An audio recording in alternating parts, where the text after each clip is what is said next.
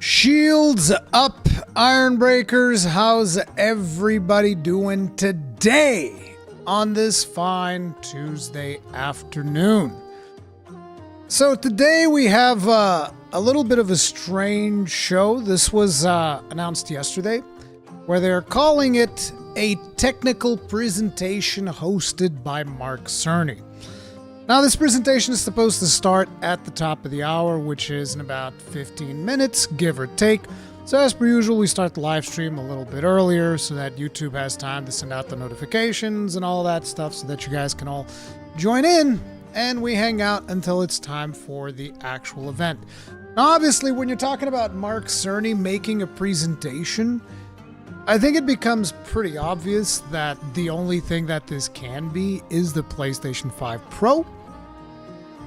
Maybe it is something else. Who knows? I'll be curious to see. I don't expect really a whole lot in terms of like news and stuff like that, but I'll be curious to see what they're going to be showing us. Basically, that's kind of like where I'm at. Is the PlayStation 5 Pro something that I'm dying to get my hands on? Not at this time, but we'll see what the value proposition is. I think it will end up being a good value proposition for people that are in that price point where they can't quite afford the money or have the technical know-how of how to maintain a PC and all of the stuff, all of the baggage that comes with it, and they would prefer to have a console. This might be something that is interesting to them, considering that the PlayStation 5 came out. When did it come out? PS5 release date. I think it was like November 2021? November 2020? November 12th, 2020. So it's like almost 4 years old. So, you know, the hardware nowadays moves faster and faster. So people are looking for something that's a little bit more beefy. For them, I think it might be fine. We'll see. They're just going to drop the PlayStation 6 for holiday 2024. I think that would be insane, because I think for a lot of people, seeing that type of an investment for only 4 years, I think usually people expect it to last a little bit longer, but I could be wrong. Who knows? I held off on getting a PS5, so I might be the market for it. I mean, you know, it is what it is. We'll see.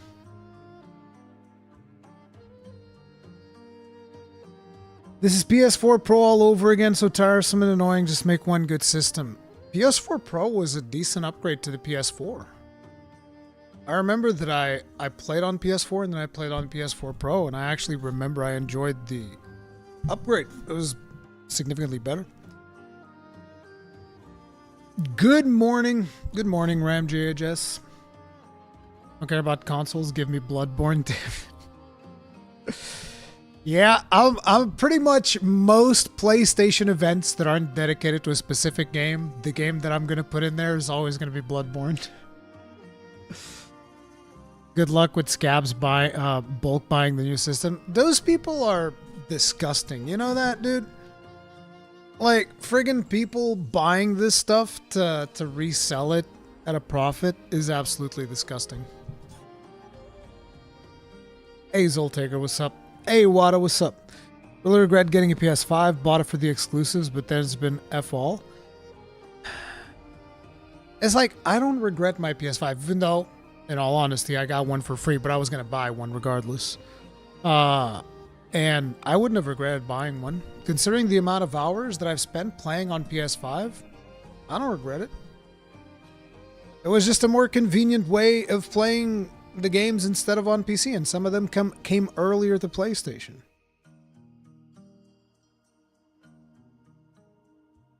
I'm crying, dude. I've been considering getting myself a PC soon. This is going to throw a wrench in my plan, I think. I mean, it all depends on the reasons why you're getting a PC. If it's simply because of the power, this might be a cheaper alternative. We don't know. But we don't know what they're going to be showing at the presentation. Like, imagine if it's not the PlayStation 5 Pro. That'd be hilarious if after all of this, it's not the PlayStation 5 Pro. What if it's the PlayStation 6? Would you guys be mad if it's the PlayStation 6 after not even 4 years?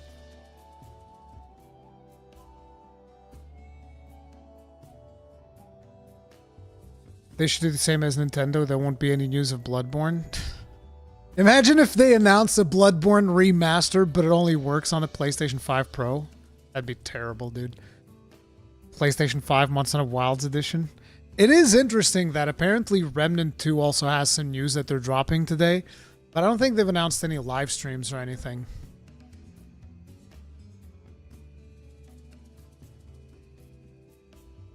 Because it's one hell of a coincidence that they're announcing this stuff at around the same time as this.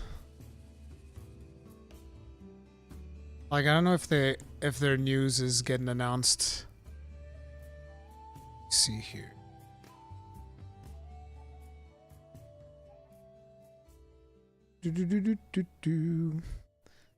Me personally, I'm happy that it seems like there's less and less exclusives, so people can just play on whatever platform they want to. I know that a lot of people aren't particularly happy about that, but I like less exclusives. I like people being able to play things in different places. I think it's a win for everybody.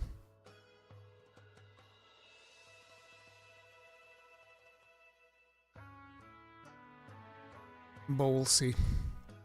I was looking up some stuff for Tokyo Game Show as well. No, I don't think that the Remnant 2 trailer is going to be in here, Kegrin. Didn't it leak yesterday on YouTube that the video title on their own channel was PlayStation 5 Pro? Did it? I mean, I just assumed it was a PlayStation 5 Pro. I didn't see any leaks or anything like that.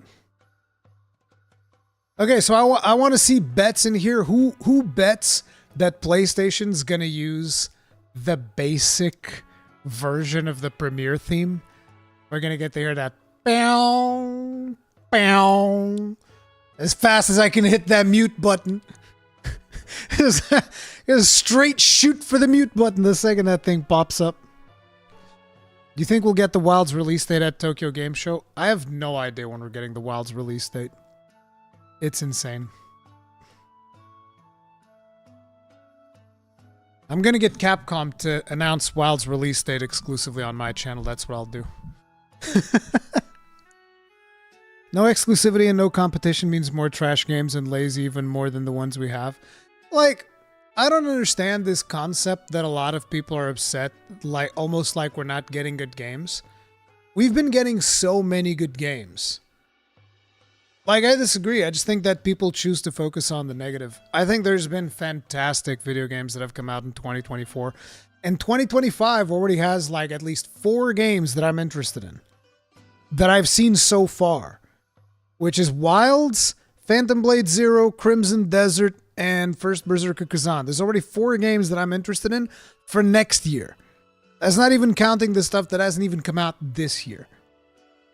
Also, for everybody, by the way, for everybody that bought Wayfinder on PlayStation, it's available in the store right now. I know that a lot of people don't have Twitter and stuff like that. And by the way, tell you guys what, I'm going to give away a code for Wayfinder because apparently I retweet stuff from Wayfinder all the time because I just like the game. I like Wayfinder. I think Wayfinder is a really cool game.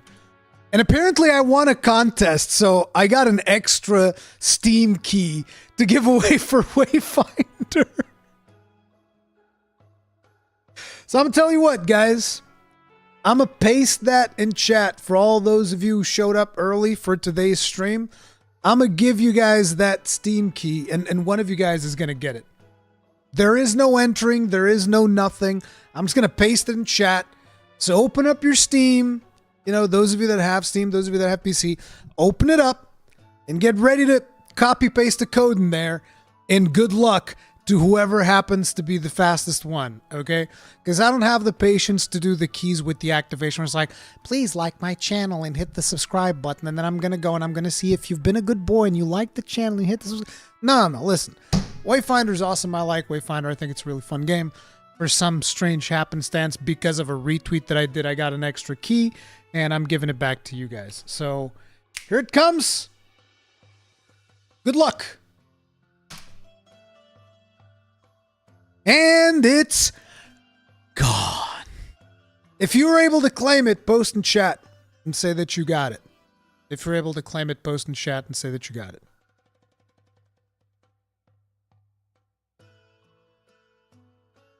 Uri with the FOMO. Look, bro, it's not FOMO, it's laziness, okay? It's laziness. It's sheer, unbridled laziness. It's gone already. I'm not surprised. All right, looks like we actually have... I don't know if I want to keep their music on. It looks like they don't have music. Okay, cool. Because sometimes they put in, like, copyrighted music and whatnot, and it's very frustrating. Guys, do we do the hack? We're going to do the hack. We're going to do the hack. We have to go faster. Wait, let's not do 4K, because that's going to mess it up. Let's do 1440p at twice the speed. Come on, go fast. We're gonna go fast. See, guys, we're hacking it.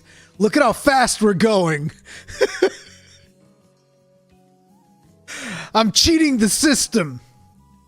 I'm just making sure we get there before everybody else, team. Oh, this is fun. Time manipulation. Yes. The worst part is I think this is actually bad for buffering. Oh, looks like we've hit the cap. That's it. We don't get to go fast anymore.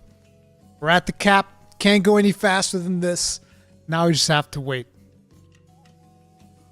Will you buy it day one, Ruri? What, the PlayStation 5 Pro?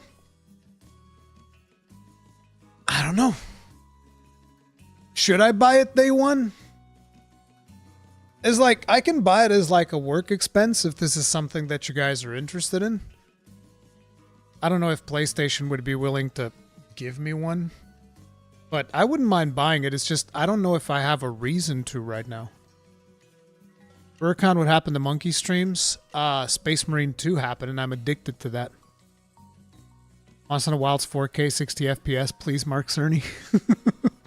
I don't know, dude. I think you're going to need beefy hardware to get 4K 60 FPS. I'm probably going to upgrade the GPU on this PC that I have right here. The PC that I have at the office. I'm probably going to upgrade it. It has a 6900 XT. I'm probably going to be upgrading that.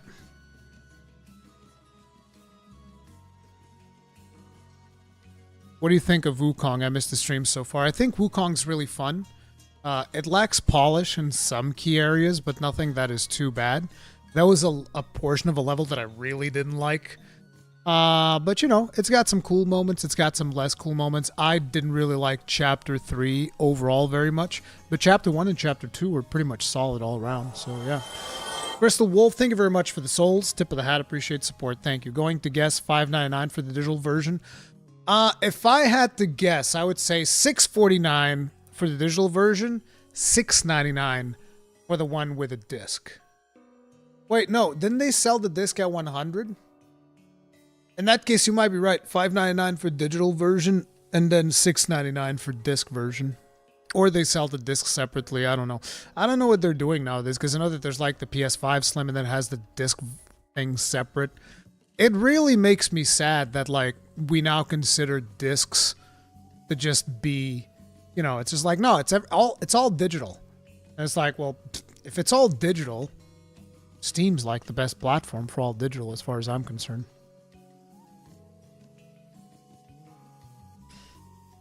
$700 for a box without games. I mean, what exactly do you mean by that? It's like, listen, I will stand by what I've said when it comes to consoles. I think that when it comes for bang for your buck, it's hard to get a better deal than consoles. Because the performance that you get on a console, you're not going to make a PC that competes with that console for that same price point. It's not going to happen. And you're talking to somebody that right now, PC is pretty much my main platform, okay? It's just not going to happen. You're not going to make like a $700 PC that's going to take a dump on whatever they're going to announce. It's just not happening. And the thing is, I know that there's a lot of people that's like, oh, I can get this deal off of this GPU that fell off the back of a truck. And it's like, okay, I'm talking about legitimate hardware pieces. We're actually buying stuff that's legitimate. Not like some fucking Ryzen processors that I've seen that people are selling, and the processor doesn't even work because it's a fucking fake. It's like, I'm not talking about that.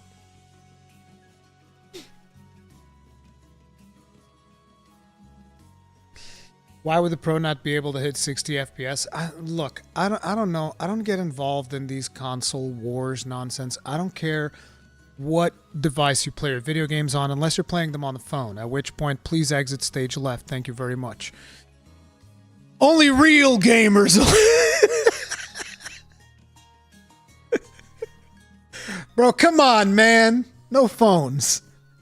No phones, all right? By the way, if you guys are enjoying the stream, if you guys are ready for what's coming, hit that like button and subscribe, bell notification icon, all of that jazz. We shall see.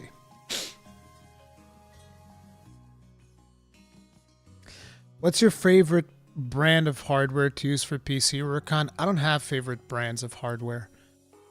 I make a cost analysis of parts, cost to performance ratio, and I make my decisions based on that. This is why both of the machines that I have AMD processors and AMD GPUs. It's not because I'm particularly loyal to AMD.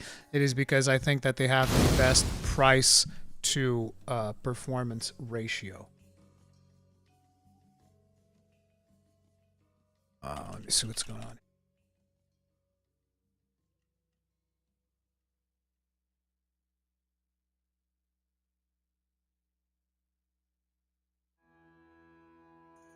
Anonymous, get Alex on for a hardcore PC console performance debate. Why? I'm not interested in having that debate, but thank you very much for the souls. Tip of the hat. Appreciate the support. I love Alex. I think he's awesome, but I'm not interested in having a console performance debate. A cheaper micro ATX pre-built would be good for emulation like the Steam Deck is. At that point, why not just get a Steam Deck?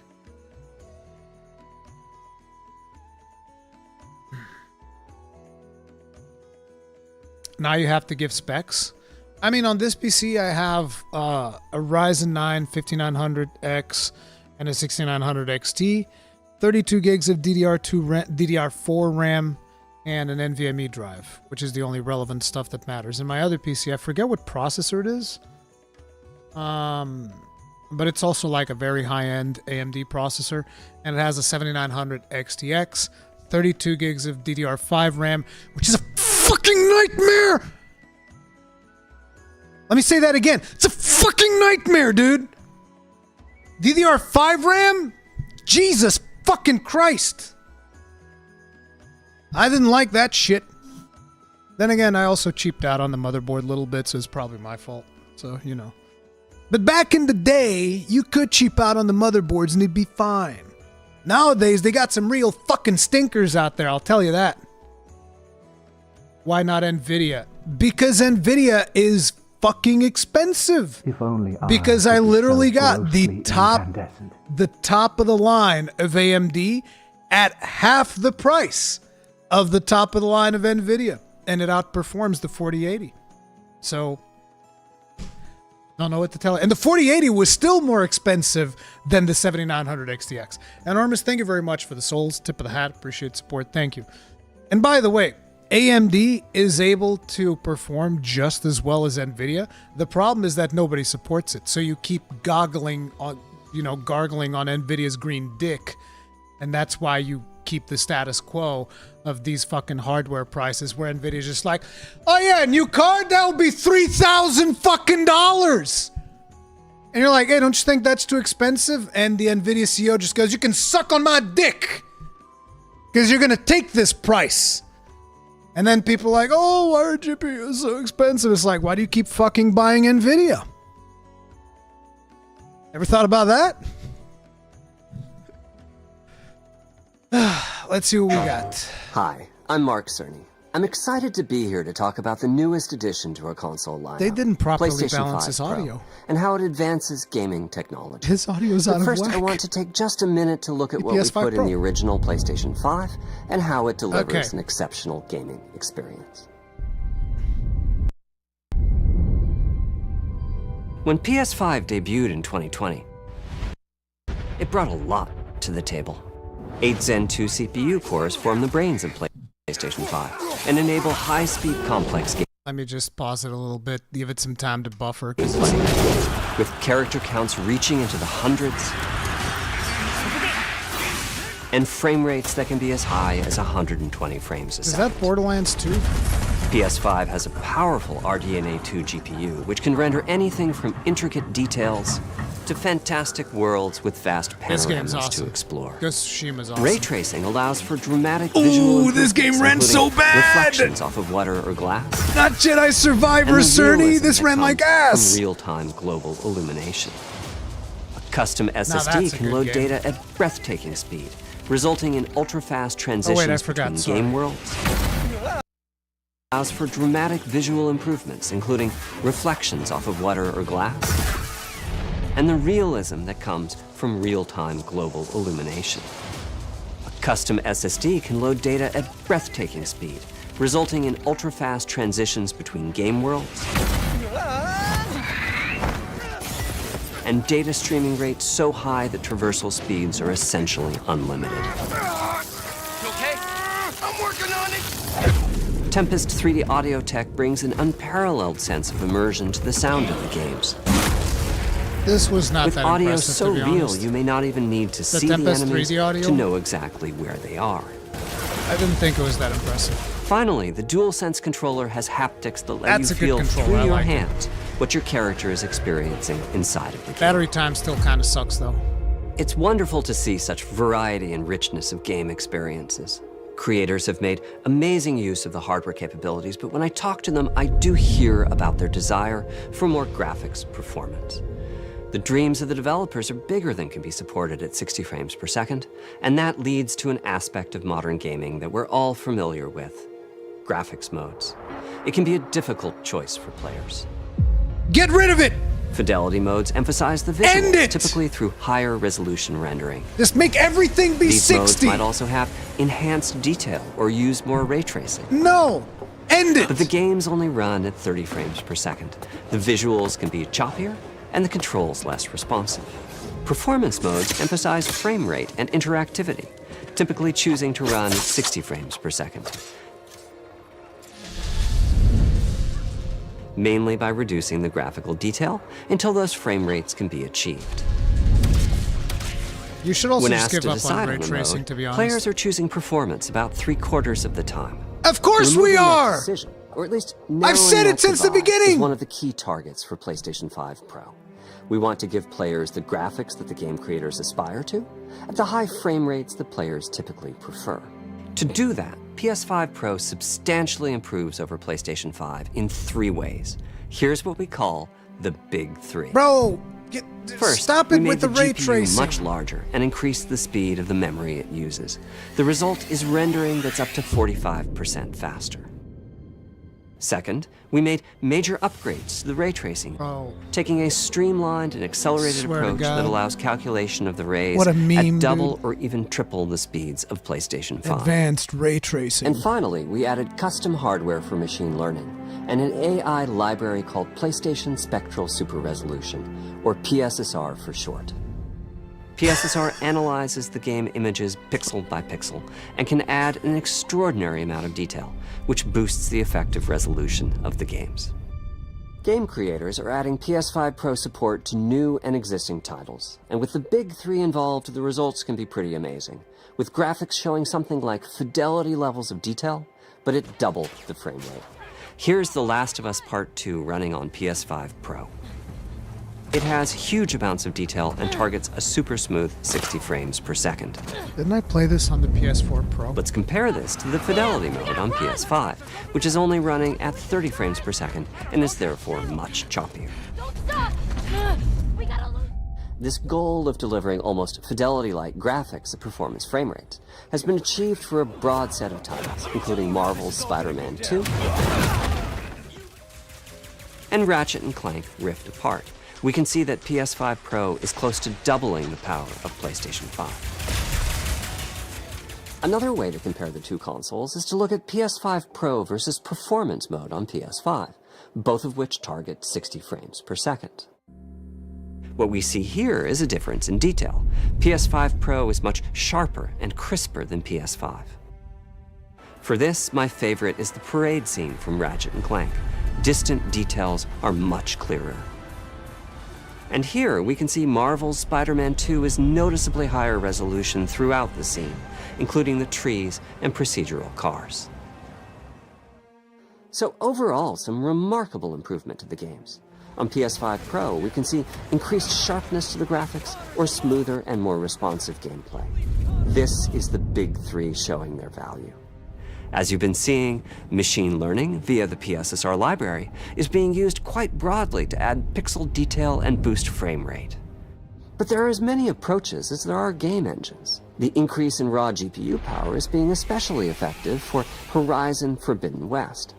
Apart from the detail boost, that extra graphics power is allowing for improvements to lighting and visual effects, as well as to the hair and the skin in cinematics. Open up, guys. Jorv's orders. Good enough for me. Ray tracing is finding broad usage as well, particularly when the games are focused on higher frame rates. The faster hardware in PS5 Pro can make a real difference, allowing Gran Turismo 7 to add ray-traced reflections between the cars in gameplay, while continuing to support their targeted 60 frames per second. That boost in ray tracing is also delivering big wins for Hogwarts Legacy, allowing not only for better reflections and a greater variety of reflective surfaces, but also for further realism in the casting of shadows. I hope you've enjoyed this run-through of the technology behind PlayStation 5 Pro. Simply put, it's the most powerful console we've ever built, and a worthy addition to the PS5 family. Let me wrap this up by giving you a quick look at a number of games running on the new console. You'll never Ah, copyrighted music. Let's go. Perfect. They don't know we're legendary. There it is. Don't let me hang it.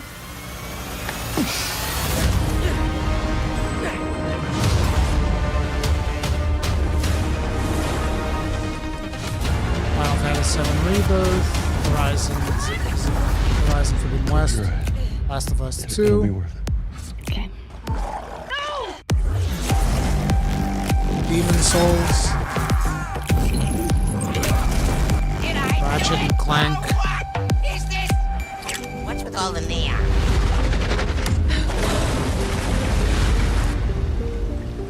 Ghost of Tsushima. No, is this Ghost of Tsushima? Is it Assassin's Creed?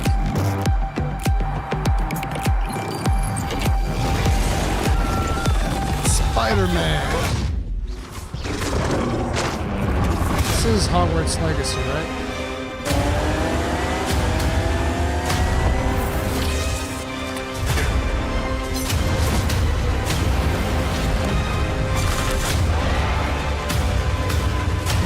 Dragon's Dogma 2.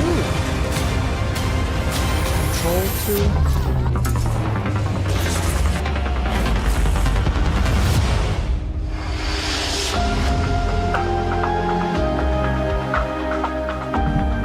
Excuse me!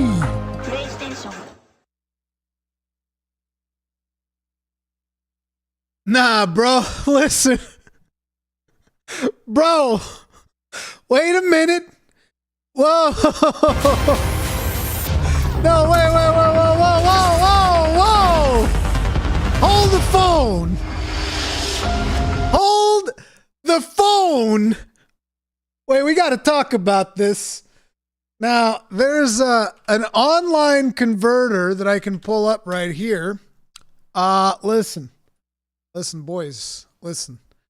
We gotta talk about this. So, let's see. I'm not good at math, right? I know I'm not good at math. So we're just going to go ahead and we're going to convert $699 into euros just to see, you know, just to get a look. Oh, that number's different though. Like that's a different fucking number, bro. I know about that.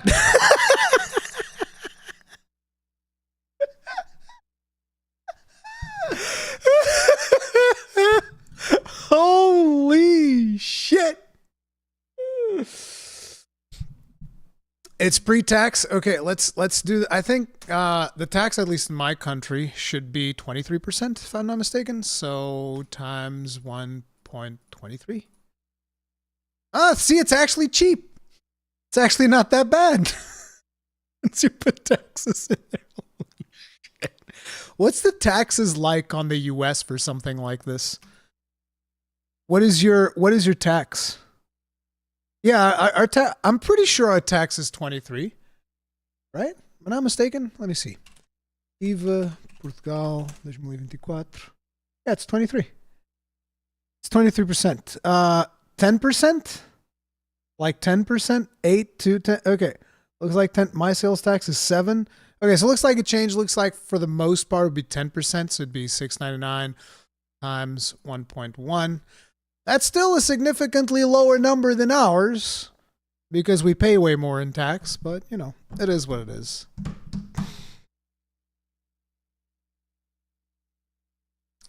I'm assuming that includes tax. So see guys, it's actually a really good deal. Because with tax, if it was pre-tax, it would have been €850. So it's actually a pretty sweet deal. Actually, let me try this. Just out of curiosity, if we were to do 642.2 times 0.23, again, this is just a tax in Portugal, okay? 634.2 times 23 equals 780. Yep, it actually, yeah. It looks so bad like that, you know, all of a sudden it looks so bad. Delta Centauri, thank you very much for the souls. Tip of the hat. Appreciate the support. How do you feel about machine learning being used on consoles? Someone who got an RTX 4070, I get a little annoyed how games seem to rely on AI-assisted visuals more and more. I also notice the little blurring it does, especially with UI and text. I think that AI learning, you're talking about the LSS and shit like that. I think what that does is it just allows a lot of developers to basically not worry as much about optimizing stuff. And I know that this is kind of like a hot take, but I think that's essentially what it costs because developers are just like, just turn on the LSS, bro. Like there's a bunch of games that have come out in the last couple of years where people have GPUs that they've spent like fucking $2,000 in. And then the developer just goes, oh yeah, you know, I know the frame rate's not great, but just turn on DLSS. It's like, the fuck do you, it's a $2,000 piece of technology and your fucking video game can't render appropriately without using AI? Excuse me? I kind of feel like there's something wrong with your priorities, bro. Like, what are you talking about? That's insane. That's fucking crazy. Gosper, thank you very much for being with us for 15 months. Tip of the hat. Appreciate the support. Thank you. But like, look, this is pretty much the price that we talked about. This is the price that I was expecting for the PlayStation 5 Pro. Now, I actually want to get into some stuff here, which is, number one, we got a poll going, and I want to talk about, where is it? The power of PlayStation 5. So let's actually go through this slowly again. The PS5 debuted in 2020. It brought a lot to the table. 8 Zen 2 CPU cores form the brains of PlayStation 5 and enable high-speed complex So gameplay. this is just the PS5 with stuff. Character counts It's not reaching really a into big the deal. hundreds. I actually don't know what game this is, by the way. What game is this? I've never seen this game before. Is this Dynasty Warriors? That looks And like frame Dynasty rates that Warriors. can be And as this, I think, is Borderlands. It's probably Borderlands 3. high as 120 frames a second. PS5 has a powerful RDNA 2 GPU, which can render anything from intricate details to fantastic worlds with vast panoramas to explore. This is one of the best games that has ever come out of these studios. Ghost of Tsushima is phenomenal. And by the way, it's now available on PC as well. Even though they're doing the thing. This was like the biggest mistake of this presentation, as far as I'm aware, by the way. Ray tracing. Jedi fucking Survivor, bro. Especially when you're talking about ray tracing. The game doesn't even look that good to begin with, and it ran like ass.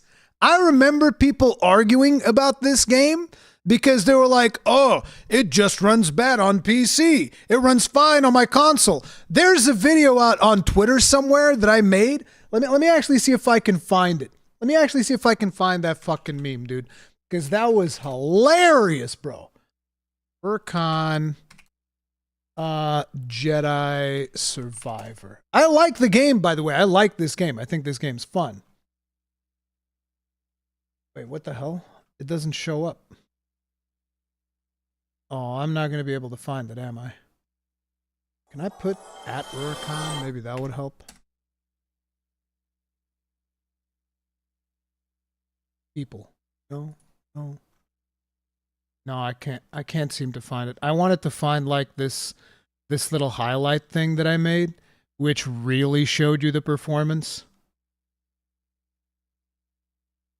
How about if I add performance?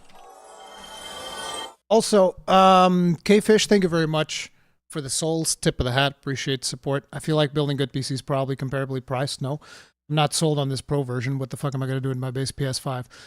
It is not comparably priced. Building a good PC will be significantly more expensive. I know that there are a lot of people that disagree with me on that.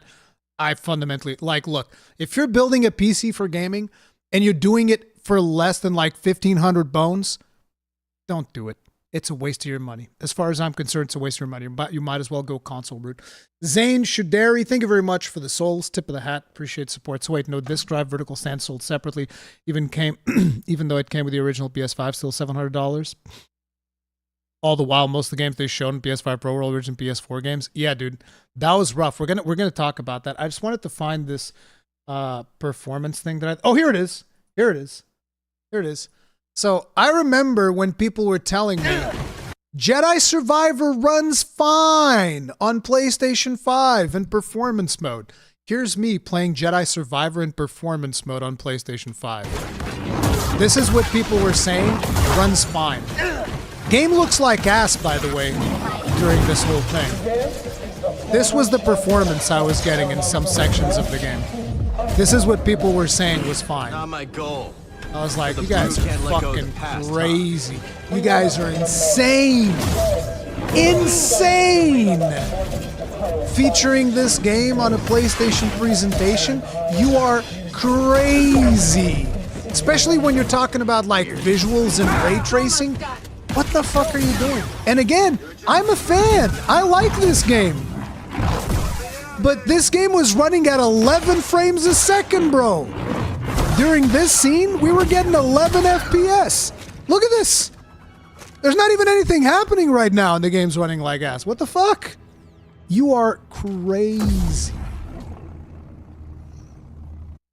But, yeah. And so, also, let's talk about ray tracing for a second here. Look, I didn't even talk about ray tracing in this poll. I didn't even ask about it as a, oh, it's a drawback for frame rates or something. I didn't even say anything like that. By the way, Jacoom, thank you very much for the souls. Tip of the hat. Appreciate the support. But like, do you care about ray tracing at all? No. 77%. Nobody gives a flying fuck about NVIDIA's proprietary technology that only serves to tank frame rates. Nobody gives a flying fuck about this technology, all right? Nobody actually cares. That's just the reality of it, dude. Let's just be completely honest about this. Nobody cares. We want frame rates, okay? This whole shiny nonsense is good for about 10 minutes, okay?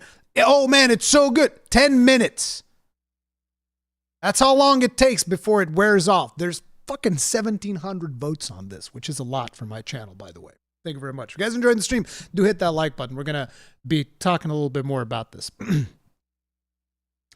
So yeah, nobody cares about ray tracing. Working your ass off to get ray tracing to work is just a waste of time. I would not recommend a single developer to dedicate any amount of time to ray tracing. As a matter of fact, it should be one of those things that pops up at the beginning of your game, the same way that the brightness thing pops up, Every single game that comes out should just ask you, do you want to activate ray tracing, so that we could all just hit the no button, and then you would get a whole lot of actually actionable data that would show that nobody cares. Nobody cares about this feature. It's a waste of time. Go ahead, develop your ass around it, make games play like ass, and then have the whole communities on top of you the whole time because we're like, bro, let us turn this shit off.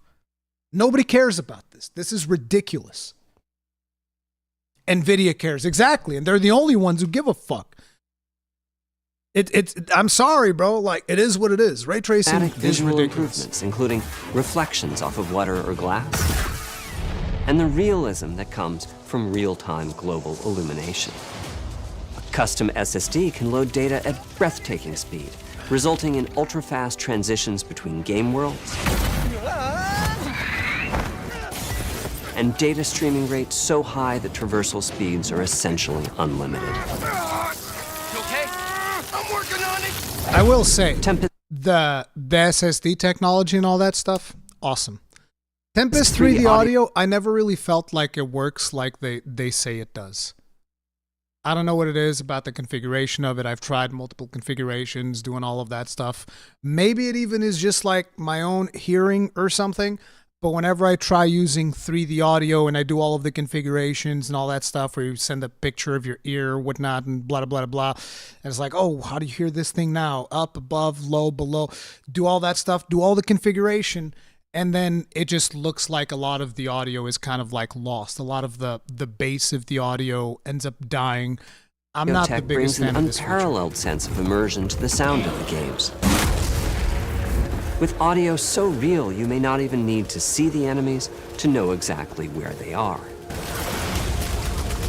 Finally, the DualSense controller has haptics. Now this I will say, I love this controller. I absolutely love the DualSense. I think it's an amazing controller. I like the shape of it. I like the triggers. I like the haptic functionality. I like the HD rumble. I love all that stuff. There is, however, a couple of things that I don't like. Number one, the mic is on by default, and for you to turn off the mic, there's a light, a LED light that pops up, and it's like, bro, I don't want any lights in my controller. I want the option to just like, no lights, okay? These lights are worthless. They serve no purpose whatsoever. There's no reason these lights even need to be there besides additional consumption of battery. And here's the interesting thing. You know how they always say, it doesn't actually consume that much battery, all of that stuff? Listen, I got a DualShock 4 right here. This used to be the main controller that I used on this computer. And they also said, oh, this doesn't consume battery at all. If you use this on your PC and you just tell the PC, turn the light off. I don't want the light on. I am not kidding. It doubles the battery time. This is not an exaggeration. This is not me making it up. This is actual real world experience using this controller. It literally doubles your battery time by turning off the light. Now, with the DualSense, that's probably not the case because the DualSense controller doesn't have as big of a light, but it still has all this stuff in it. And it's got like this light here and this light here. And then there's another light here if you turn the microphone off, which by the way, if you have the microphone on, that's also consuming battery. So you have to like measure up what's the best thing. Do I turn the microphone off? And then I have the little orange LED light on there and that's spending additional. It's just like, turn all the lights off. Just get rid of the lights. We don't need lights in these controllers, okay? Or at least make them optional. And if we want to turn on the pretty lights, we can go into the settings and be like, okay, turn on the pretty lights. Like, oh, it's Christmas time. We're turning on the lights. But other than that, you should just be able to turn all of it off, you know? But besides that, yeah, I like this controller a lot. The one thing is the analog sticks, very much like every other goddamn controller in the industry, they kind of suck.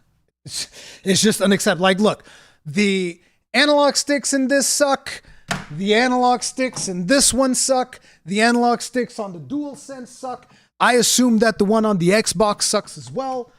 These ones over here are Hall effect sticks. These suck a little bit less, but they still suck. It's like, bro, there's no good controllers anymore. I'm sorry. There's just no good controllers. But, you know, other than that, I do like it. That let you feel through your hands what your character is experiencing inside of the game. Oh yeah, my 8-bit Do controller, this one, it lasts about 15 hours, I think. I don't think I've ever run out of battery on it because I usually just put it on the stand and whatnot. But yeah, It's wonderful to see such variety and richness of game experiences. Creators have made amazing use of the hardware capabilities, but when I talk to them, I do hear about their desire for more graphics performance. The dreams of the developers are bigger than can be supported at 60 frames per second, and that leads to an aspect of modern gaming that we're all familiar with. So what does this mean? I do hear about their desire look at what he says for more here. graphics performance. The dreams of the developers are bigger than can be supported at 60 frames per second. The dreams of the developers are bigger than what can be supported at 60 frames per second. Let's first talk about one thing. There is a very small amount of people that have access to more than 60 FPS. And I'm not exaggerating here. You might think I am. We can actually do a poll right now. Like, watch. We'll do a poll right now. I mean, we've already established that 77% of people don't give two shits about ray tracing. So now let's go ahead and see. Do you own a monitor that can display more than 60 FPS? Does your monitor, or do you own a monitor that can display more than 60 FPS? Let's see where we're at. We have 1,800 people here right now. Wow. All right. I am very surprised. I'll be real. I'm very surprised that so many people actually have monitors that do more than 60. Like, listen, the monitor I'm working on right now doesn't do more than 60. In the office, I can only do 60. So I'm very surprised, but this is a good thing. They should definitely focus more on 120 FPS on PS5 Pro. But yeah, there's actually a lot of people that have a monitor that displays more than 60 FPS. Why it's 2024? Well, Chris, because I feel like a lot of people just still don't have that. I'm genuinely surprised. Hell, I only got one last year that does more than 60 FPS. Because I just didn't feel that I needed more than 60 up until now. 120 1080p monitors are cheap now. Yeah, right. I think I have a skewed view because I was only buying monitors that would be 4K because until last year, if I'm not mistaken, the PlayStation only had two display modes of HD. You would either get 1080p or you would get 4K. And there wasn't 1440p. For a long while, the PlayStation 5 actually did not display 1440p. And last year is when it started doing that. So probably at some point, I would have bought a 1440p 120 FPS monitor. So it makes sense now. But up until the update that came around again, I think it was last year, if you were playing on PlayStation, you had to buy a 4K monitor because it was either a 4K or a 1080p. 144 hertz is the modern standard.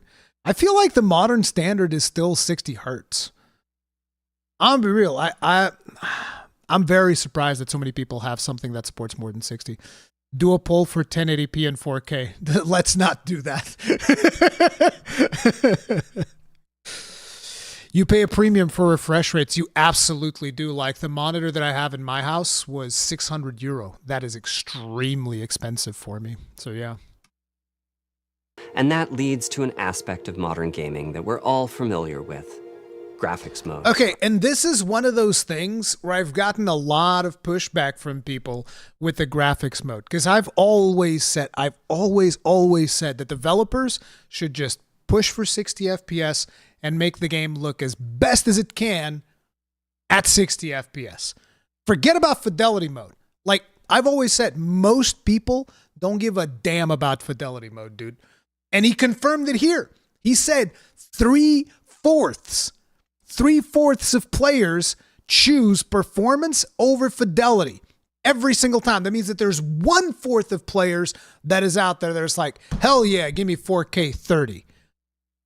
I've always said, no, stop with this performance nonsense when you're with this fidelity versus performance nonsense when you're developing for a console. Give the people 60 FPS and make it look as best as you can while running at 60 FPS. Forget about fidelity. I do not agree. it can be a difficult choice for players. Close your eyes, Fidelity it's Deadpool talking about the PS5 Pro. Modes emphasize the visuals, typically through higher resolution rendering. These modes might also have Fidelity is enhanced only for detail or screenshots. use There's actually a lot of games that when you go into photo mode, they'll put it in fidelity mode. So that's what you could do. You could put it like fidelity mode whenever you swap into photo mode. more ray tracing. But the games only run at 30 frames per second. The visuals can be choppier, and the controls less responsive. Performance modes emphasize frame rate and interactivity, typically choosing to run at 60 frames per second.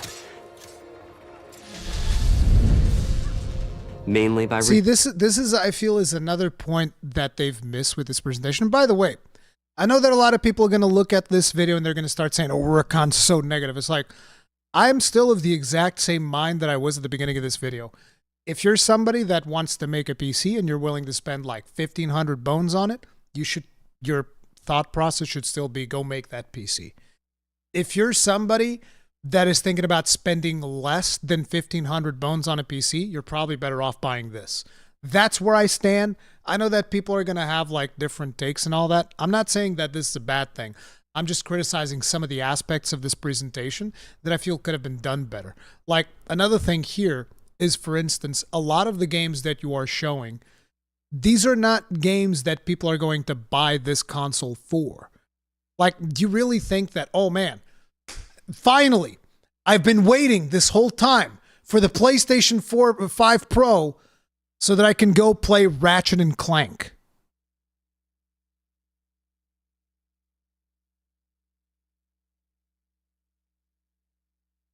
I've been waiting this whole time for the PlayStation 5 Pro so that I can finally play Demon Souls or Last of Us 2.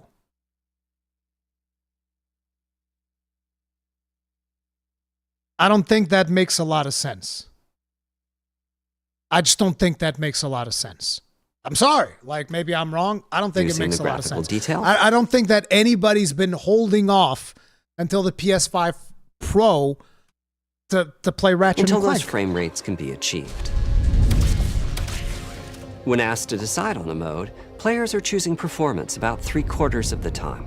Removing that decision, or at least narrowing that divide, is one of the key targets for PlayStation. What if I buy the PlayStation 5 Pro for Monster Hunter Wilds? See, that's a good use case. Yeah, I think that's probably a good idea, because it'll definitely run better than on the base PlayStation 5, and you'll want the best possible performance. And I assume that the PlayStation 5 Pro might be able to run Wilds at 60 FPS, which is something that I've said. I don't think your base PS5 is going to run Wilds at 60 FPS, because I think there might be too much detail in there. 5 Pro. We want to give players the graphics that the game creators aspire to, at the high frame rates that players typically prefer. To do that, PS5 Pro substantially improves over PlayStation 5 in 3 ways. Here's what we call the Big 3. First, we made the GPU much larger and increased the speed of the memory it uses. The result is rendering that's up to 45% faster. Second, we made major upgrades to the ray tracing, I still think this is a waste of everybody's time. I do. I know that there's probably like 1 or 2 people out there that are like, oh, fuck yes, dude, finally, ray tracing. In most games, you could have a setting in the game that said ray tracing, you turn it on, and a lot of people will go into the game and they'll be like, oh my God, it looks so great. And the setting did nothing. You could have like a fake setting on there, and somebody would go through it, turn it on and off, and be like, oh, I can totally see the difference. 100%. I can assure you there's people who would do that. They would be like, oh yeah, totally. I can totally look at the reflection. It's so different. 90% of people can't tell the difference when ray tracing is on or off. I'm going to go on record and say that 90% of people, they can't tell the difference.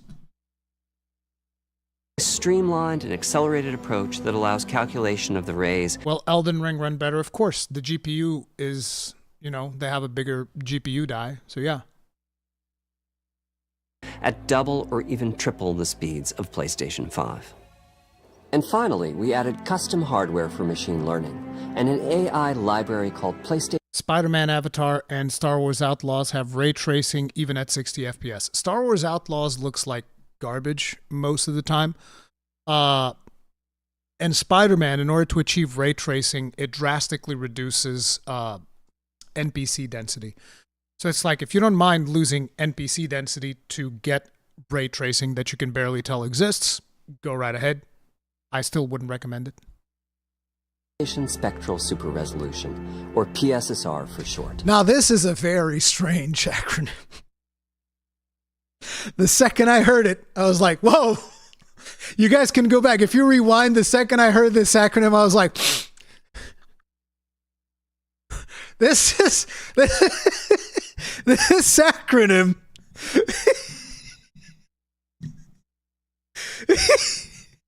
They didn't think this went through.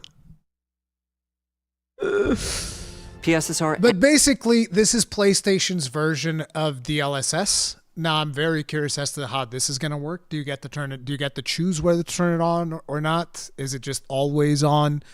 Like, what's the deal with this? What is going to be the impact? Because I've already said, again, this is something that you guys were asking me earlier, and I've already said that I feel like there's a lot of games that have come out recently where the developers just go, oh yeah, this thing will run at like 40 FPS on your 4090, but it's okay because you can just turn on DLSS, and you're just like, it's a $2,000 piece of hardware. It is the most expensive GPU right now. What do you mean turn on DLSS? Why do I need to use AI upscaling on this $2,000 hardware? That's crazy.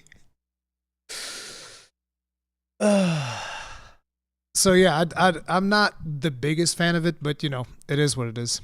Analyzes the game images pixel by pixel and can add an extraordinary amount of detail, which boosts the effective resolution of the games. Game creators are adding PS5 Pro support to new and existing titles, and with the big three involved, the results can be pretty amazing, with graphics showing something like fidelity levels of detail, but at double the frame rate. Here's The Last of Us Part 2 running on again, Last of Us Part 2, I swear, didn't I play this game on PS4 Pro? I'm pretty sure I played this game on PS4 Pro. PS5 Pro. I don't think people have been waiting for the power of PlayStation 5 Pro to play The Last of Us 2. Huge amounts of detail and targets a super smooth 60 frames per second. Let's compare this to the fidelity mode on PS5, which is only running at 30 frames per second and is therefore much choppier. Don't stop! We gotta lose. This goal of delivering almost fidelity-like graphics at performance frame rates has been achieved for a broad set of titles, including Marvel's Spider-Man 2 and Ratchet & Clank Rift Apart. Spider-Man 2, I could actually see them getting a few sales of the PS5 Pro for 60 FPS on Spider-Man 2 because Spider-Man is brutally popular. It wouldn't surprise me if some people would pick it up just to play Spider-Man again at 60 FPS. We can see that PS5 Pro is close to doubling the power of PlayStation 5. Another way to compare the two consoles is to look at PS5 Pro versus Performance mode on PS5, both of which target 60 frames per second. What we see here is a difference in detail. PS5 Pro is much sharper and crisper than PS5. For this, my favorite is the parade scene from Ratchet & Clank. Distant details are much clearer. Who here cares about this? This particular example, I just feel like, yes, dude, these could be. You guys remember back in the day the 2D PNGs of people standing on the bleachers of like a big football stadium? 2D PNGs is fine, bro. I don't care. And here we can see Marvel's Spider-Man 2 is noticeably higher resolution throughout the scene, including the trees and procedural cars. So overall, some remarkable improvement to the games. On PS5 Pro, we can see increased sharpness to the graphics or smoother and more responsive gameplay. This is the big three showing their value. So these are the three major things that they focused on for PlayStation 5 Pro. You get bigger GPU, you get more advanced ray tracing, and you get AI-driven upscaling. Again, like I said, if you don't own a PlayStation 5, if you want to get into gaming and you're not willing to spend at least upwards of 1,500 bones, this is a good value proposition. It is. If you're on a budget, then maybe you want to get the basic PS5 or an Xbox Series X or whatever console of choice you want to do. But, you know, if you're willing to go the PC route, upwards of 1,500 bones, and if you're just like, I really want good performance, the best visuals, you're probably better off there. As you've been seeing, machine learning via the PSSR library is being used quite... Also, ray tracing is easier on development. The problem is that hardware is not powerful enough. Here's the thing. A lot of times, I feel like artists nowadays, they have so many things at their disposal that they need to start curating the things that are important to them. Because one of the things that I noticed, particularly in games that use Unreal Engine 5, is that I see a lot of artists just go like, oh man, this special effect looks really cool. And so they grab and they put the special effect on there. And then it's like, oh, this one looks fantastic too. And then boom, put that on one. Oh man, I really like this one. And then boom. And then you end up with like Lords of the Fallen. Which like, look, I loved Lords of the Fallen. I thought it was a really fun game. I thought it did some really cool stuff. I hated the fact that it was a bukkake of like, oh, look at all these particle effects. There's so many particle effects, bro. It's like, oh, you're walking through and there's trails coming off of your lantern. It's amazing.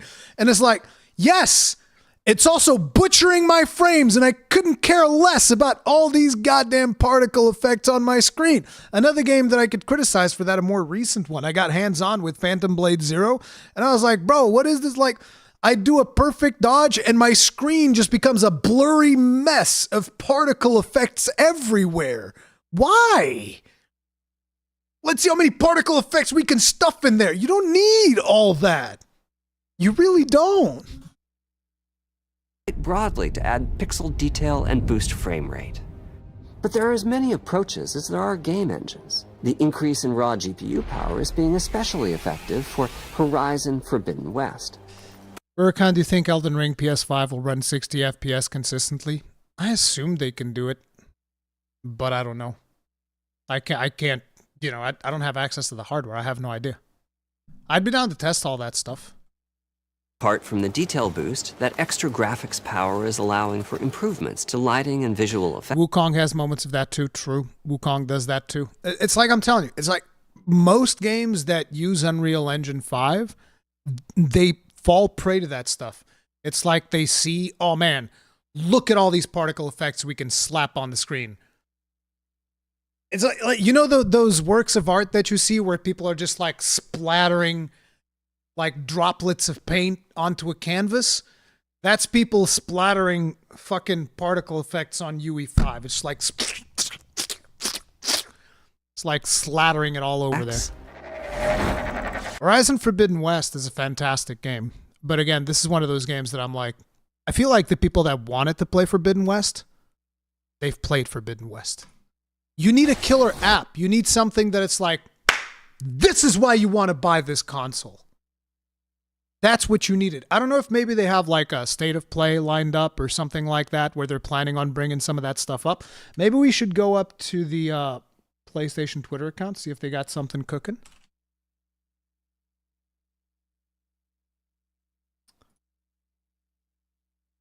Oh God, they have Star Wars Outlaws as their banner. Ugh. Watch live now. Nope. There's no new announcements or anything about like a potential thing. Let me actually see what the community replies have been. 800 euros with no disc drive. There it is. 700 pounds without the disc drive. You know what makes it worse? 2016, the PS4 Pro was 350, and now in 2024, the PS5 Pro is 700. Jesus Christ. PlayStation fans looking at Xbox right now? Why? Why would they look at Xbox? They already have PlayStation. Zane Chideri, thank you very much for the souls. Tip of the hat, appreciate support. Ghost of Tsushima 2 would be perfect for showing. Exactly! Like you show something like a Ghost of Tsushima 2 that is pushing the envelope. Like you needed one game, one killer app that would be like, that's the reason. That's why I should buy this product. And you don't have it.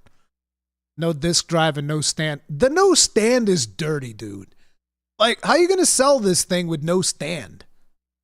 How does this even make sense? How's it going to hold itself? It's going to be like all wobbly if you put it sideways. And it's not particularly safe if you don't have the stand. That's so weird.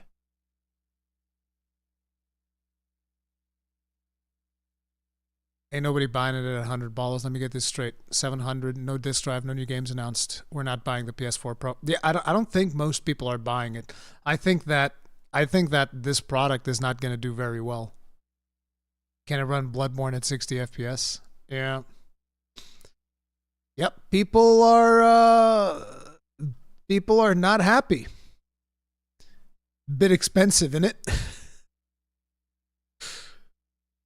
People aren't happy. And they didn't even talk about the disk drive. They're just like, they didn't even talk about if there's going to be one. What's the situation going to be with that? So, yeah. This console barely has any new games. What a joke. I mean, again, I think that there's also something that people have to think about, which is if you're invested in the PlayStation ecosystem, and you're just like, look, I just want better performance, there's going to be some people that will buy it. But whether or not it's going to be worth it, I don't know. As well as to the hair and the skin in cinematics. Open up, guys. Dwarf's orders. Good enough for me. This game is already a Ray tracing is finding broad usage as well, particularly when the games are focused on higher frame rates. The faster hardware in PS5 Pro can make a real difference. Allowing Gran Turismo 7 to add ray-traced reflections between the cars in gameplay, also, I'm going to put up a while continuing to support their targeted 60 frames per second. That boost in ray tracing is also delivering big wins for Hogwarts Legacy, allowing not only for better reflections and a greater variety of reflective surfaces, but also for further realism in the casting of shadows. I hope you've enjoyed this run-through of the technology behind PlayStation 5 Pro. Simply put, it's the most powerful console we've ever built, and a worthy addition to the PS5 family. Let me wrap this up by giving you a quick look at a number of games running on the new console. You'll never I'm gonna mute it because I already know that I'm gonna get dinged for that.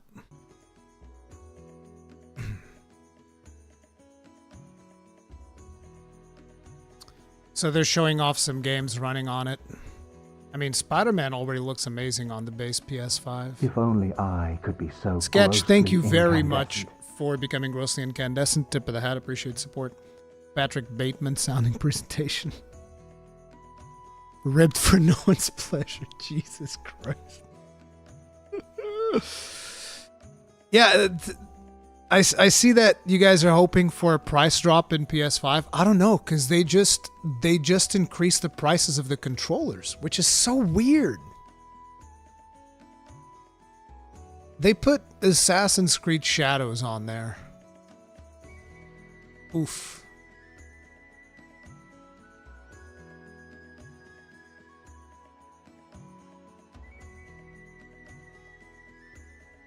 Oh yeah, and they increased the price of PlayStation 5 in Japan. That's the weirdest thing. Right before they announced the PS5 Pro, they increased the price of the PS5 in Japan.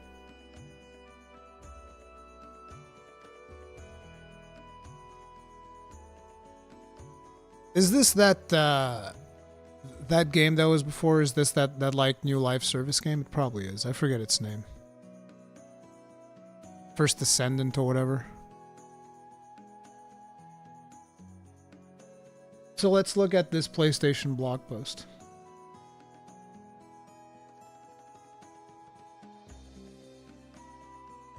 Most visually impressive way to play games on PlayStation.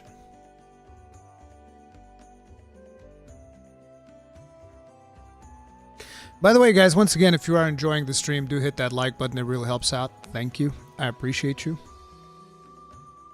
I can't even open the blog post. Okay, here we go. Welcome to PlayStation 5 Pro, the most visually impressive way to play games on PlayStation. Hideaki Nishino. Features including GPU upgrade, advanced ray tracing, and PlayStation Spectral Super Resolution take players to new heights. Over the last 4 years since launch of the PS5, we've worked hard to continuously evolve the console experience and deliver great games to our players expect from us. Today, I'm incredibly proud to announce the next step in that evolution. Welcome PlayStation 5 Pro to the PlayStation family, our most advanced and innovative console hardware to date. We developed the PS5 Pro with deeply engaged players and game creators in mind, as many have asked for a console that runs even higher fidelity graphics with smoother frame rates at 60 FPS. We achieved this on PS5 Pro with several key performance features, upgraded GPU, upgraded to a GPU that has 67% more compute units than the current PS5 console, and 28% faster memory. Overall, this enables up to 45% faster rendering for gameplay, making the experience much smoother. Advanced ray tracing, you have even more powerful ray tracing that provides more dynamic reflection and refraction of light. This allows the rays to be cast at double and sometimes triple the speeds of the current PS5 console. AI-driven upscaling, we're also introducing PlayStation Spectral Super Resolution, AI-driven upscaling that uses machine learning-based technology to provide super sharp image clarity by adding an extraordinary amount of detail. PS5 Pro provides gamers with amazing graphics at high frame rates. You can hear Mark Cerny, lead architect at PS5 Pro, discuss the key innovations PS5 Pro in the following video presentation. This presentation provides a deep dive into the key performance features that make PS5 Pro truly special. Other enhancements include PS5 Pro Game Boost, which can apply to more than 8,500 backward-compatible PS4 games. Delta Centauri, thank you very much for the souls. Tip of the hat, appreciate the support. Did he not mention Wukong, but brought up Hogwarts? Wukong might be the most visually impressive game in the console at the moment. The problem is that I think Wukong is not running very well on PlayStation 5, so they're probably not wanting to talk about it, I would imagine. But it is weird, because there's like rumors that there was some type of exclusivity deal with PlayStation 5, and then there's rumors that there wasn't. It's been confusing with that particular game, so they might have not wanted to touch on it too much. I still can't wrap my head around how people are saying get a PC for $700 and a console, even if it's not optimal. $700 can at least for a few years a system that you can play a game.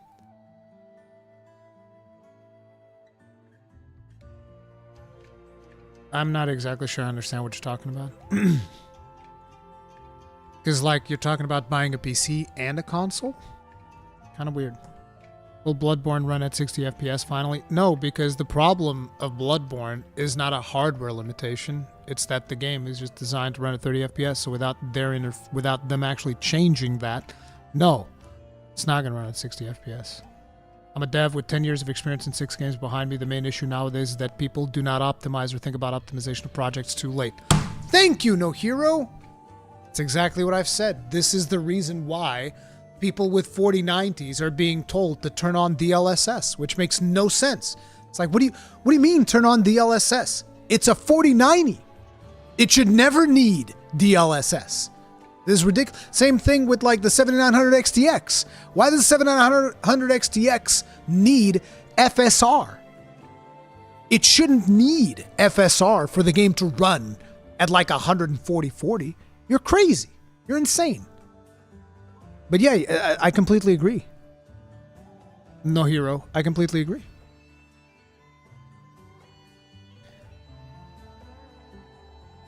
But Star Wars did run well on PS5? No, it didn't. Absolutely did not. $700 PC, really? No. Listen, this $700 PC business, it's a fun experiment for YouTubers to make and shit like that. But getting a PC for $700, you're not getting a gaming PC unless you're talking about, oh, I want a PC that like does emulation and runs indie games. Sure, you can have one of those for $700. But if you're talking about like, I want a PC that runs stuff like Space Marine 2. No, you're not getting a $700 PC to run like Space Marine 2 at a decent resolution with decent visuals. It's just not happening.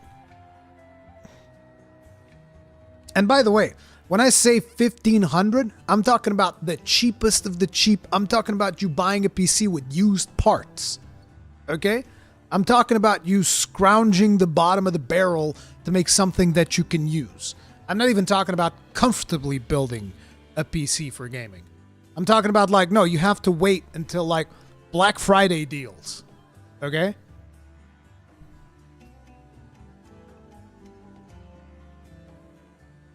$1,500 PC is a 1440p Slayer already, Rui. I highly like. Look, I don't know what type of prices you have where you're from. In Portugal? Fuck no. $1,500, 1,500. Let's even just convert it 1-to-1, which is not 1,500 euros in Portugal. You'll be lucky if it competes with the PS5 Pro.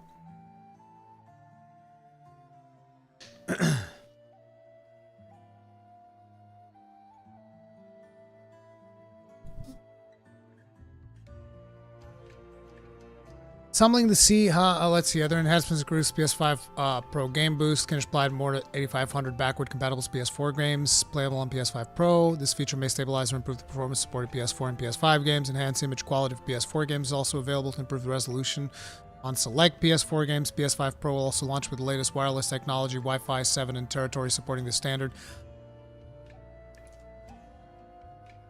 What are you doing? Not the 8K gaming again!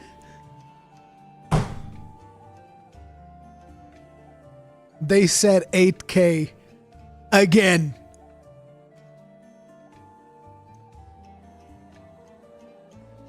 Bro,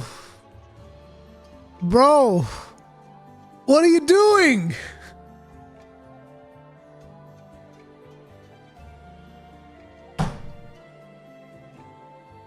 Little bro, no, just no. Why would you say this?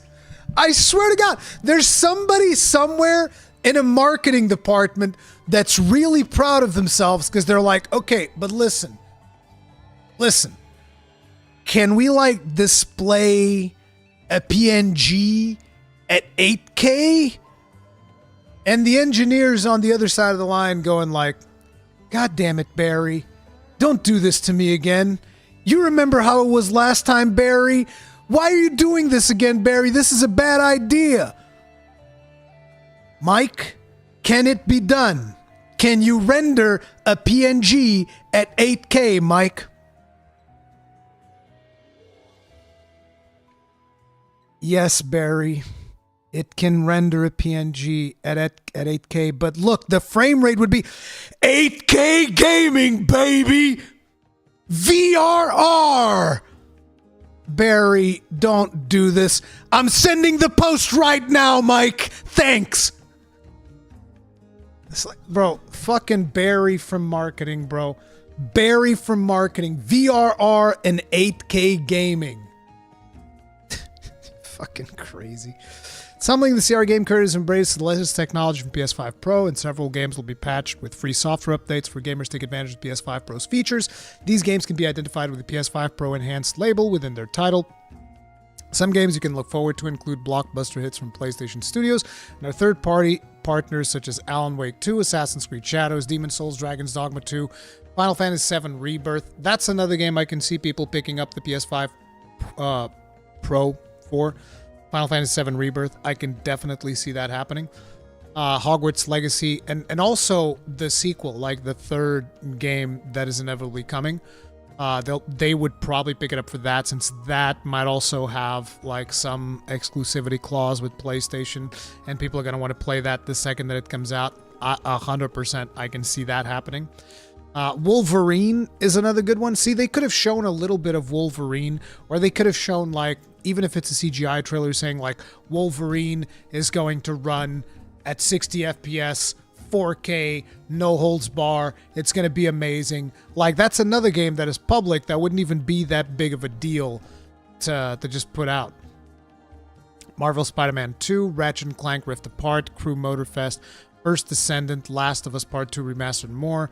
We kept the look of the PS5 Pro consistent with the overall PS5 family of products. You'll notice the height is the same as the original PS5, and the width is the same as the current PS5 model to accommodate higher performance specs. Players can add an Ultra HD Blu-ray disc drive or swap out console covers when they become available. How much does it cost? Fits perfectly within the PS5 Pro, compatible PS5 accessories, PlayStation VR 2, PlayStation Portal, DualSense Edge, Access Controller, Pulse Elite, and Pulse Explorer. User interface and network services will also remain the same as PS5. PS5 Pro console will only be available this holiday at manufacturer suggested retail price of €699, €800. It will include a 2 terabyte SSD. 2 terabytes. Oh, it's better. It's twice the size. DualSense wireless controller and a copy of Astro's Playroom pre-installed. Never PS5 Pro purchase. PS5 Pro is available as diskless console with the option to purchase the currently available disk drive for PS5 separately. How much does the current drive costs? PS5 Blu-ray drive.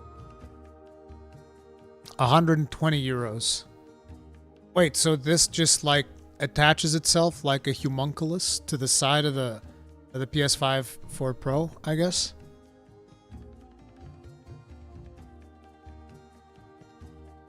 So it's like 120 bones for one of these, I would imagine. Probably $100. We're probably paying more in Europe. PS5 Pro will launch November 7th, 2024. It'll be available participating retailers directly from PlayStation at direct, PlayStation.com. Bro, you know what I'm thinking? I hope that the scavs I'll just like buy it in droves. Because the thing is, it's not going to sell. I don't think it's going to sell that much. And so it'd be funny if those guys lose a fuckload of money. That would actually be funny to me. I'd fucking laugh.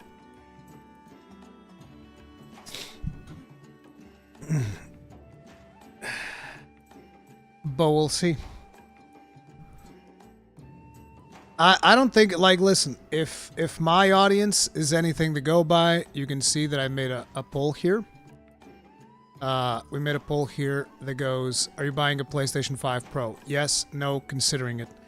So 7% are buying it, 18% are considering it, so that can be escalated to 25% of people buying a PlayStation 5 Pro. And again, I want to make one thing perfectly clear. Rory C, thank you very much for being with us together for 3 months. Tip of the hat. Appreciate support. Thank you. I want to make one thing perfectly clear. There's nothing wrong with getting the PS5 Pro. Like, if I wasn't, right now invested on the PC ecospace because I have 2 pretty beefy rigs that I game on, I would probably buy a PS5 Pro as well. 100%. Because not even that long ago, the PlayStation 5 was my main gaming console. The problem that happened to me wasn't even about the PlayStation 5. The problem that happened to me was because a lot of developers and a lot of publishers are no longer putting out proper physical versions of games. They're putting out physical versions of games that don't make that much sense for me to buy. Which is like, oh yeah, you can have this physical version of a game, but you need to connect to the internet to download before you can actually play the game. And I'm like, that's just a digital game with extra steps. That's just a digital game with a disc DRM. That makes no fucking sense. One of the main reasons I like consoles is because of physical media. I like physical media. And this is why I like consoles. And so the moment that I started seeing that a lot of developers and publishers out there just like, fuck all that, go download 50 gigs off the internet, I'm like, so it's a digital game with extra steps. And it's like, if it's just a digital game with extra steps, I can just go to Steam. That's just the way that I look at it. Because on Steam, stuff is usually just cheaper. So, if I'm not going to be able to have the physical games the way that I want physical games to work, then yeah. But if it's not for that, if you're someone who's invested, I think that this is going to be a decent value proposition if you can afford it. Because consoles at the end of the day are still super convenient. You can put it on a backpack, take it anywhere. That's not something that I can do with my PCs. That's just the way that it goes.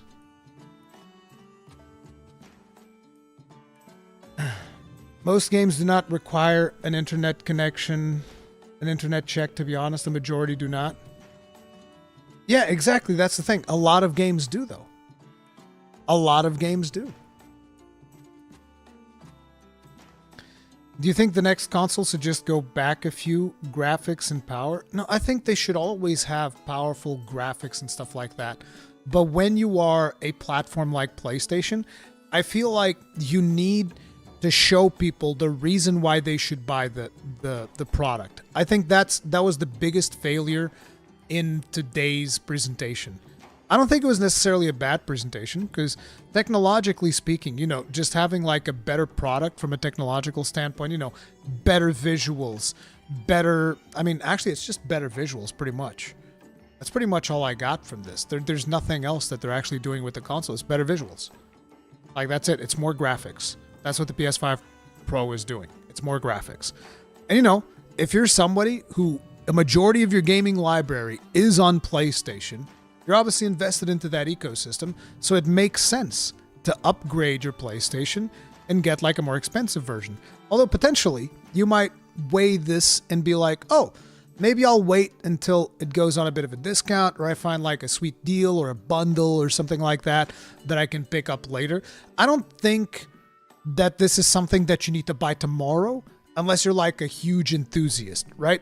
If you're somebody like, no, I need to have the latest and greatest at any given time, and this is the platform I'm invested in, I think, yeah, go right ahead. You should definitely get it because, you know, better visuals, which is essentially one of the most important things that the console needed to do, was improve the performance.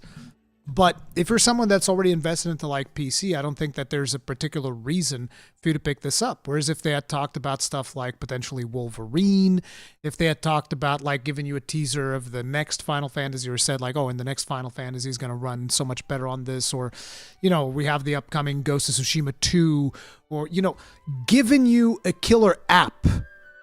And it just wasn't there. And when you're talking about stuff like, you know, they're showing Ratchet & Clank, which is an amazing game. I don't want people to take away from these games. Ratchet & Clank is amazing. Ghost of Tsushima is amazing. You know, friggin' Final Fantasy VII is awesome.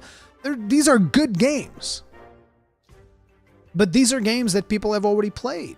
And you're asking people to give you 800 euros to play these games again with better graphics. And I feel like a majority of people aren't going to do that unless they're super enthusiasts. Zane Cloud Harry, thank you very much for the Souls tip of the hat. Appreciate the support. When do you think PS6 will come out and get announced? I would say 4 years from now. So 2028. Probably comes out in 2028. So it probably gets announced 3 years from now. And then, you know, 3 to 2 years from now it gets announced. And then it comes out around the 7 to 8 year mark. That's what I would expect. Yasser Kerbushi, thank you very much for the Souls. Tip of the hat. Appreciate support. Thank you. I want to play WoWs the best way possible on console, so I'll be getting the PS5 Pro. Exactly. See, it makes sense. That makes sense. If you want to play Wilds in the best way possible on a console, that makes sense. Especially because potentially your friends are on PlayStation as well, I would imagine. Like, you know, again, there's nothing wrong with the product. I just feel the presentation could have been more compelling. Rumored 2027 for PS6. That checks out, yeah. PS6 is 2027, 2028, I would imagine. $799 plus 120 for a drive is absolutely insane. The thing is, you don't have to buy it if you already have a PS5. You don't have to buy it right now. It'll be better. Will it have better frame rate? Yup. If you want to have the best possible performance, then yeah. But you have to remember, all of the games that they showed here and all of the games that they talk about are all games that you likely have already played if you cared about them. So it's not like you need to run out and get it tomorrow. I don't even predict that there will be like a situation with the PlayStation 5 where there, you know, you couldn't get one. I don't know if you guys remember, but back when the PlayStation 5 came out, you straight up couldn't buy one. It was impossible. You couldn't find it in stores because you had the scalpers all coming in and grabbing them, right? You had a bunch of scalpers just going in and grabbing all the PlayStation 5s. I don't think that's going to be the case here, but we'll see. Equivalent PC build, CPU, Ryzen 7 5800X, Sapphire, blah, blah, blah. Then you have to add the rest of the motherboard, PSU, NVMe. You think you're going to get equivalent performance with a Ryzen 7 and a 7700 XT, you're going to get equivalent performance to a PS5 Pro? I think you are grossly overestimating the efficiency of Windows 10 or Windows 11, whatever operating system you put on there. I think that's one of the things that people forget to consider, is that your operating system is eating a significant chunk of your resources. And when you're playing a video game, your video game is competing for resources with your operating system. Now with the consoles, it's not as much that they have to share with the operating system. It's like, look, I'm not saying that a PC can't outperform a console. Obviously it can. I'm just not sure that it's going to be an R7 with a 77 XT. Rory expresses concerns and criticism. Commenters, you hate it. I mean, that's what I expect. I expect there'll be a bunch of people in the comment sections of this stream going like, why do you hate it so much? You're filled with hate. You're just here to get clicks based on negativity. It's like, no, bro. I'm an enthusiast in this industry. I love the industry. I think the industry is amazing. And like I said, I don't even think this is a bad product. I think that this will end up being a good product. It's just very expensive at a point in people's lives where they don't have that much money to spend, and they didn't show a killer app, which is what this product definitely needed. But that's just my opinion on it. Can the PS5 Pro run 40... Bro, Drummer King rules. It can run 8K with VRR. Yeah, it should be able to run 4K 60 on most of the existing games. The problem is, I feel like a lot of developers are going to get lazy, like we were talking about with No Hero, who is a developer himself. I think a lot of developers are just going to get lazy, and they're just going to be like, oh, thank God. There's more hardware now. We can just relax on the optimization. They have PSSR. Let them just use the PSSR technology. The game will run like shit. It doesn't matter. And by the way, this is an exclusive PlayStation. This happens on PC right now. A lot of developers just go like, they have the LSS. Fuck them. You know, turn on that FSR. Turn on some fucking frame generation. I don't give a fuck. That's your problem, bitch. 60 FPS with frame generation fixed. Exactly. Oh, man. Wait, did I just read 800? Not $800, 800 euros. It is $700. Is the Pro still using an AMD card? Well, they just said they made the GPU bigger. So yeah, I assume it's the same GPU, just bigger. I mean, not the same GPU. It's probably like a more recent version of it. So it should be AMD. Zane Chud Harry, thank you very much for the souls. Tip of the hat. Appreciate support. Thank you. Most people from what I've seen are cooking this PS5 Pro so hard, I think you should be fine regarding hate. The thing is, I don't hate it, like I said. I think it's fine. I think that if you're invested in the PlayStation ecosystem, this might end up being a good purchase for you. I just think the presentation could have been done way better. And I also think that the industry as a whole is given way too much attention to fucking ray tracing. But that's also not PlayStation's fault. That's developers' fault. Developers are like, oh my god, this ray tracing technology is just so good. And it's like, no, bro, it's a fucking resource hog and it's worthless and nobody cares. Nobody actually cares. Why is it 100 more in European aside from fuck you? It's because of taxes. We did the calculation earlier. Because the price in the US, $699, is without taxes.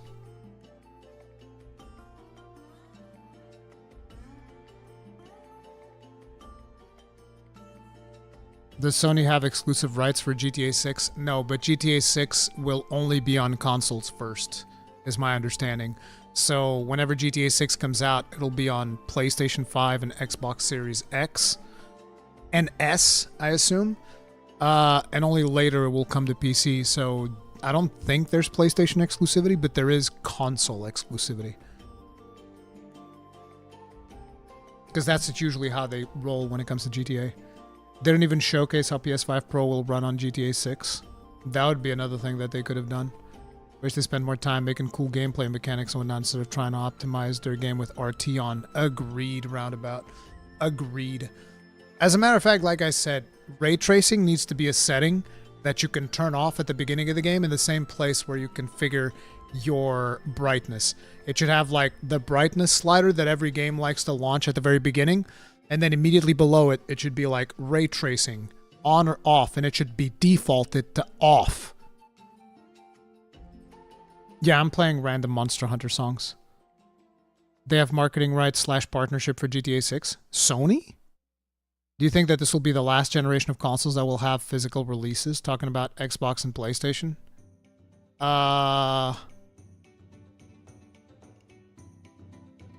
Damn, that's a hard one. It might be. They're definitely moving that way. So basically, consoles are going to just become small PCs. Because, yeah, I do think so. I think that physical is probably going to be a Nintendo thing moving forward. They seem to be the only ones that actually still care about physical to some extent. They focus on ray tracing when we can't even get 60 FPS reliably. Wrong priorities. Agreed. Agreed. I'm so tired of ray tracing this and ray tracing that. Like, it's really cool, but it's not that special. I'm telling you, 90% of people can't even tell the fucking difference. You show them two pictures and ask them which one of them has ray tracing on, and a lot of people look at it as like, pfft. People will probably ask which one of these pictures runs at 60 FPS. That's what I want to know. Pick the better picture. It's like, how about pick the picture that runs at 60 FPS? Any Monster Hunter Wilds announcements? Nope. Did they even increase the storage account? Yeah, it's 2 terabytes now. PlayStation 5 Pro not having a disc drive is a hint that they want to push it all digital. 100%. And not even just the Pro. The Slim. The Slim also doesn't have the disc drive. So it's like the console that I have right now, the console that a lot of us have right now that has the disc drive, that's going to become like a relic of times gone by. Because it's probably the last time you've seen a disc drive on a PlayStation console be built in. It's probably the last time. Although I'll tell you what, there is actually a good reason to have the drive be a separate thing. The reason is mechanical parts are often the ones that have the highest chance to fail. One of the biggest things that tends to fail, both in PlayStation consoles and even Xbox consoles, is the disk drive, because it's a mechanical unit. It's one of the few mechanical things inside these consoles. It has the highest rate of failure of anything else because of the mechanical moving parts. So it being a separate piece from a user standpoint, not necessarily a bad thing. It's like, oh, it broke. You just buy a new one. Whereas right now on my console, if my drive breaks, I'm kind of fucked. You have to like take it in, they have to take that shit apart, replace the drive internally, or you have to do it yourself. So in a way, it's not all bad, but the pricing is just like, bruh. The pricing is the problem. And also the intention, obviously. Because you know that even though, in a way, it has positive sides, you know that the real reason why they're doing it is because we just want everything to be digital so that there's no secondhand market and all of that stuff. And just like everything gets delivered to you digitally. It's just more convenient and whatnot. So yeah. I don't know Sony's marketing, but do you think that the PlayStation 5 will have lower prices? No. Nope. It increased price in Japan. They increased prices in the controllers. I don't think they're lowering the prices. I most definitely don't think they're lowering the prices.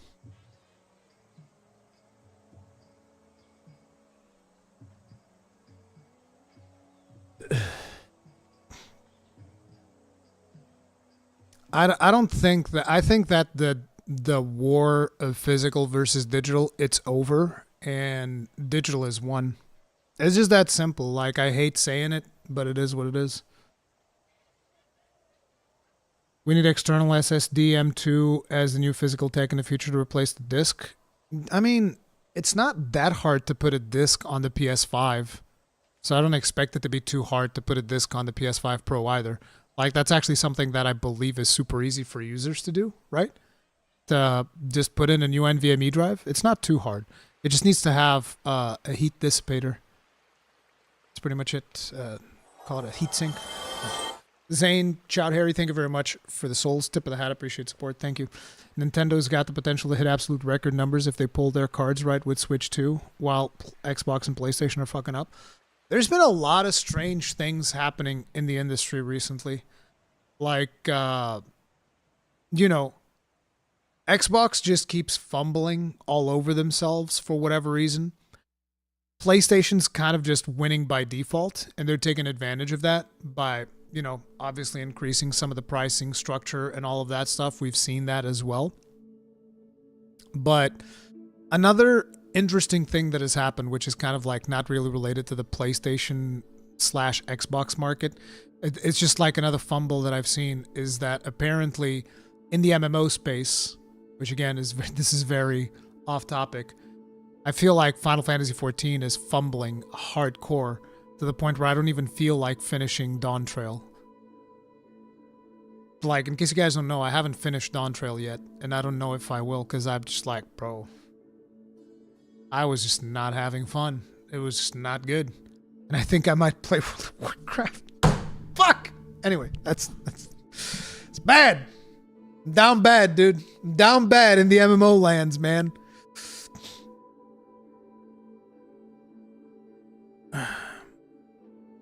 I can feel Gaijin waking up at you saying that. Bro, if we were doing that Shepherd episode again, Gaijin would have so much more to say. Wow, PvP with Cowboy. I don't care about PvP. Don't go back to WoW, Ruri. Well, tell Yoshi P why the hell did he do that story with Dawn Trail, the beginning of Dawn Trail. I hated it. Didn't like that at all. Wayfinder will have their release very soon. It's like more than a month away. Isn't it like the 21st of October or something like that? The story isn't great in its pacing. Its pacing or its content, as far as I'm concerned. Unless it gets, like, significantly better in the second half. That first half was absolutely miserable.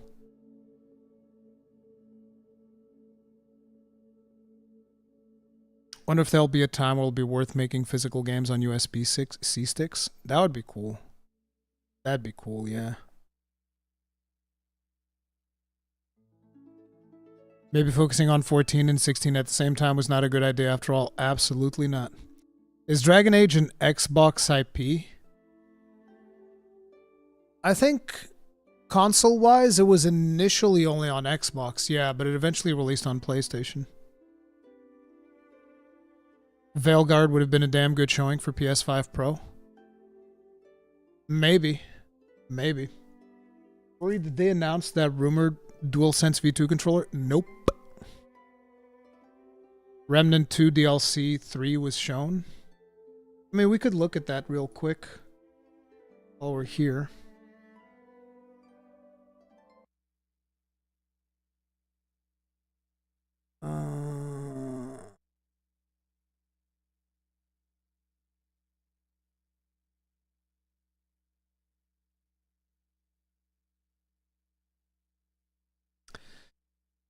Did you finish Final Fantasy VII Rebirth? No. Tip of the hat, Chode Harry. Appreciate support. Thank you. But no, I didn't finish that. Sorry. I didn't have enough time. DLC and new mode release date trailer.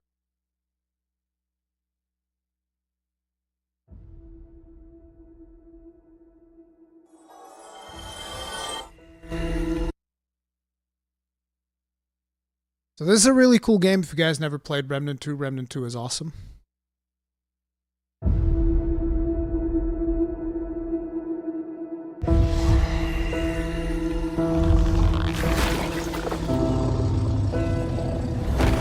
These are all existing bosses.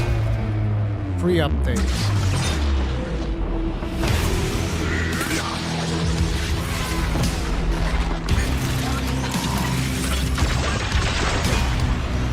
Boss rush. They're introducing a boss rush mode.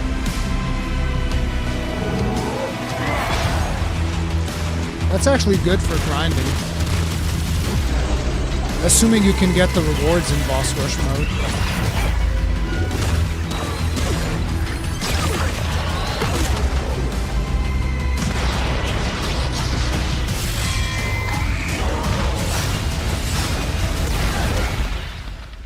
Available on the 24th of September. And this will be the third DLC. The alternate version of Naru. The Dark Horizon. Same day. So there'll be a boss rush mode. Okay. That's cool. That's cool. Unfortunately, they didn't announce cross saves, which is what I really would have wanted. Trying to convince my husband to play this with me. Hey, husband of Magnamalo Huntress. Listen, just send him to this part of the video, okay? Link him to this part, right? This is to the husband of Magnamalo Huntress. You need to go play Remnant 2 with your wife. You are failing your duties as a husband by not playing this video game with your wife. And maybe she'll reward you after, if you know what I mean. Think about it. There you go. Just send him this part of the video. We'll fix him right up.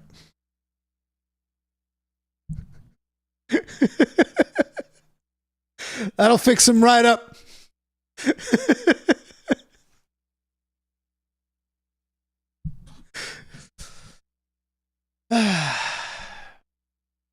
I'm just like, look, I just love making people happy. That's just the way that it goes.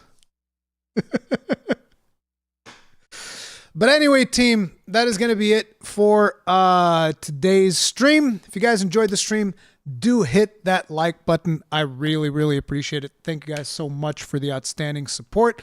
And subscribe. As you guys know, we're going to be covering as much Monster Hunter Wilds as possible, as well as a couple of other titles we're playing. We're playing Wukong. We're still going through, playing some more Space Marine 2, having a blast with that. So expect more of that. And also, I have 2 podcasts lined up for you this week. See, this is what PlayStation needed to do, right? I'm telling you guys to subscribe, and I'm going to give you a reason why you should subscribe. There's 2 awesome podcasts coming this week that you're not going to want to miss. Well, one of them is probably not coming this week, but it's getting recorded this week, and it'll probably be up next week or maybe during the weekend or something like that. But yeah, love you guys. I'm going to keep working on content for you guys. Y'all have a good one, all right? Stay strong. Stay safe. Peace out.